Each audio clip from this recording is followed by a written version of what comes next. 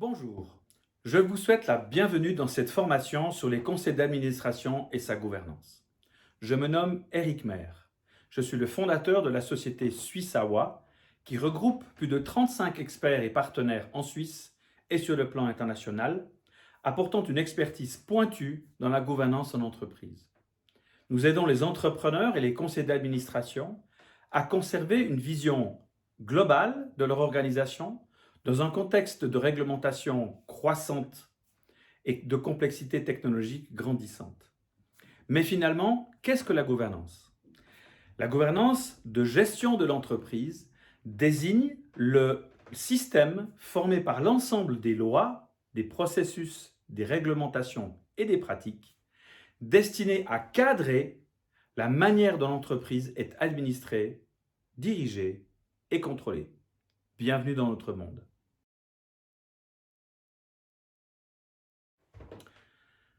Nous avons conçu cette formation en nous basant sur notre expérience pratique depuis des années comme conseiller et membre de conseils d'administration en Suisse et à l'étranger. Nous avons opté pour la méthode moderne d'enseignement nommée Flip Learning. C'est une méthode que nous considérons comme des plus agiles et des plus efficaces que les méthodes traditionnelles. Le concept est simple. Vous avez accès à la documentation du cours au travers d'une plateforme d'échange dédiée que vous consultez à votre rythme, chez vous ou à l'endroit qui vous sied. Dans notre cas, ce sont des vidéos composées d'une vingtaine de chapitres.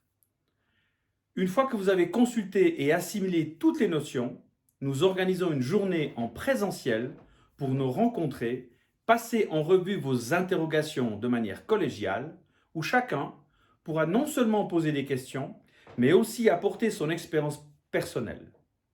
Durant cette séance, des cas pratiques vous seront exposés pour vous permettre de mieux assimiler les notions de base.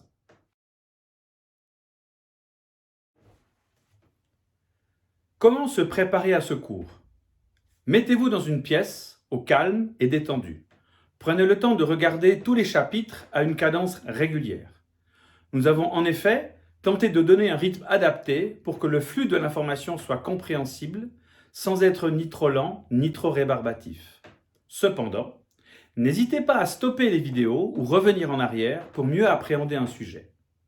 Nous vous invitons d'ailleurs à plutôt utiliser un ordinateur ou une tablette au lieu d'un téléphone mobile.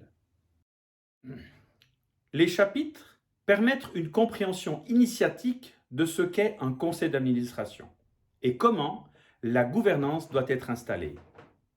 Nous avons tenté de vulgariser au mieux tous les concepts et les informations, partant du principe que vous n'êtes pas ou peu familiarisé avec ces notions et les termes employés. Nous vous invitons à commencer par le premier chapitre et suivre la formation de chapitre en chapitre.